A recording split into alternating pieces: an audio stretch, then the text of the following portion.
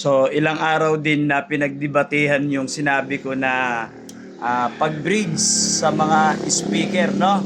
Kasi alam nyo, ito, no? Kaya ako sinabing bridge speaker or yung binridge ko yung connection kasi in general term, ang ginagawa natin, sinisimplify lang natin para mas madaling intindihin ng mga manunood, no? Kagaya nga, minsan nga nagre-reference ako, ibig sabihin nagkukumpara ako, no? Kaya nga mas na parang ang dating ay oo nga no. Kaya nga sinabi ko 'di ba?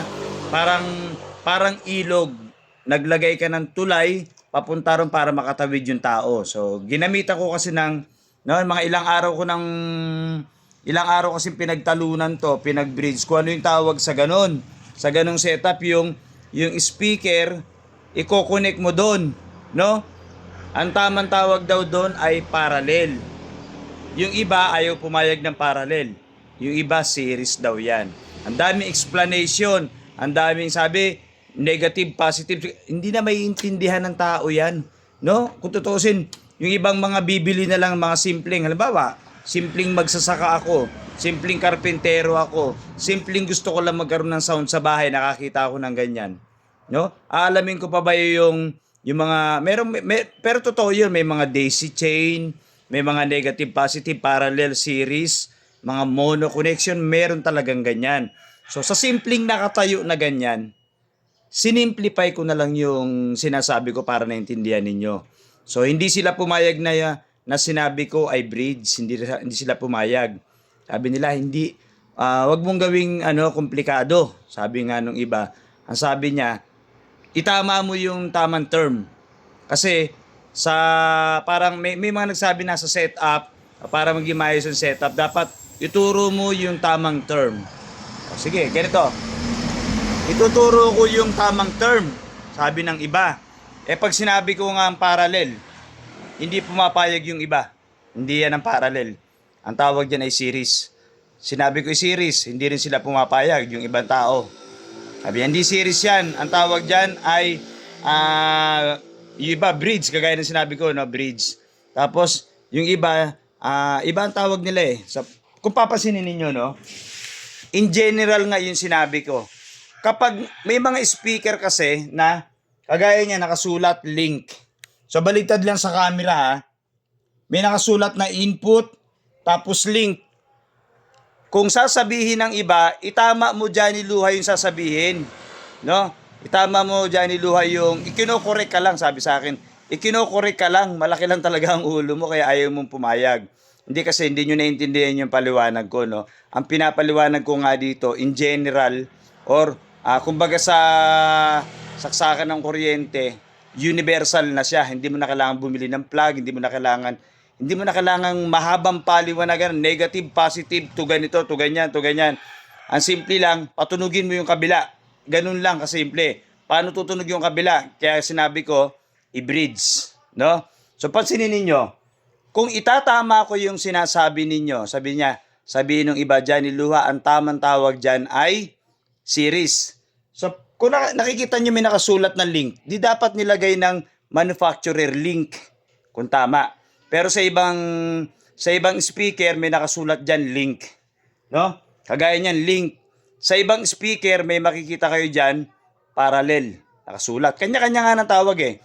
May nakasulat diyan, yung iba nga output. Kagaya niyan, output nakasulat oh. Iba-iba kasi ang term.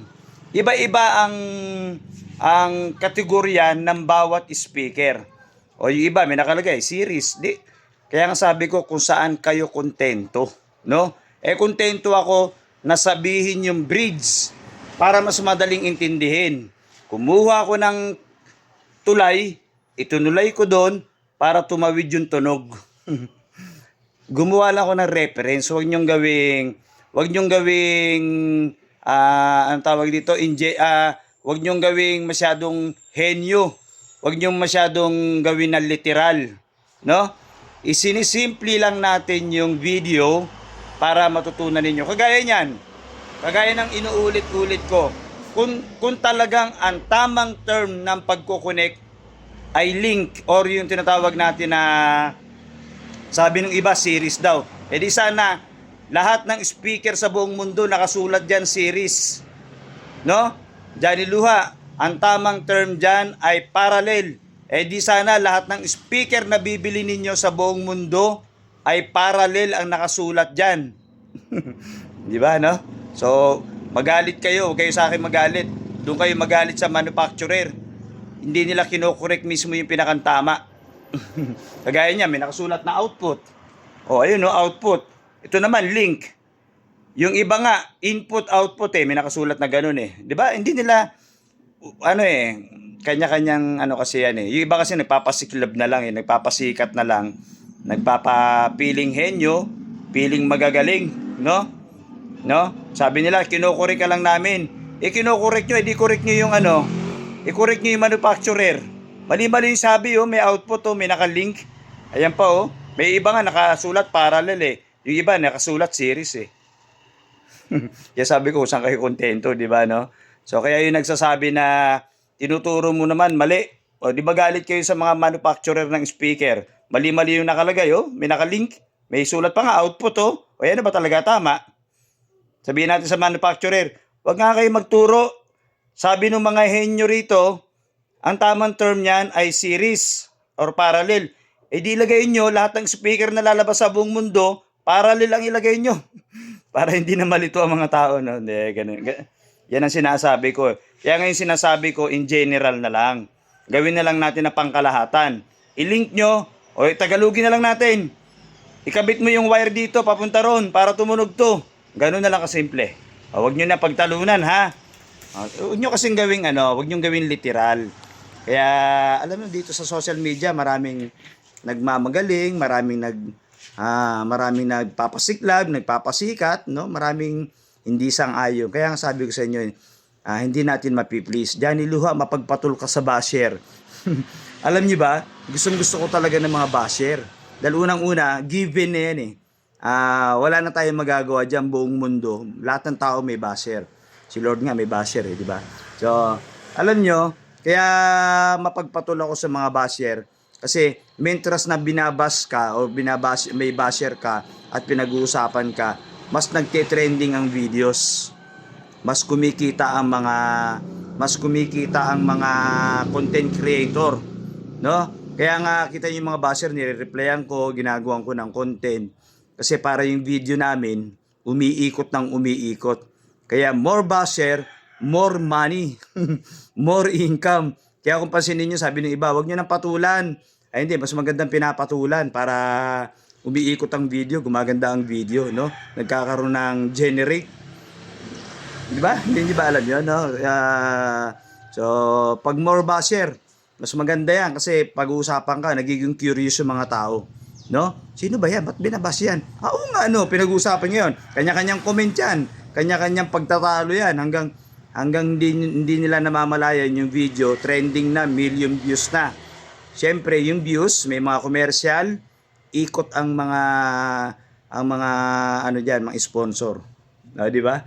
Kaya, okay maglala. Pag may basher at nagpatol-patol ako, alam niyo na kung bakit ko pinapatulan ng mga basher, no? Hindi yan para mang-away, hindi. Kasi ang basher, normal nga yan, So, ayan. O, kayo magdesisyon, ha? Kayo magdesisyon, no? Output, nakalagay doon. Ito naman, link. Sa ibang speaker, input. Yung iba nakasulat nga dyan, May mga speaker nakasulat dyan, bridge. O, ano ngayon ang gusto nyo itawag? O, sabi ng mga henyo nga, sabi nga ng mga henyo, hindi. Ang pinakantama talaga ay parallel. O, sige, sabihin nyo dun sa mga manufacturer. Kayo mga manufacturer kayo, mali-mali yung sulat ninyo sa likod niyan. Dapat parallel. Lahat ng speaker, nakasulat dapat dyan, parallel. Dapat dyan, nakasulat dyan lahat, bridge. Dapat nakasulat dyan lahat, series, kung ano yung tama. Hindi, wala kayong magagawa. Sila yung manufacturer Okay? More basher pa. Para in good.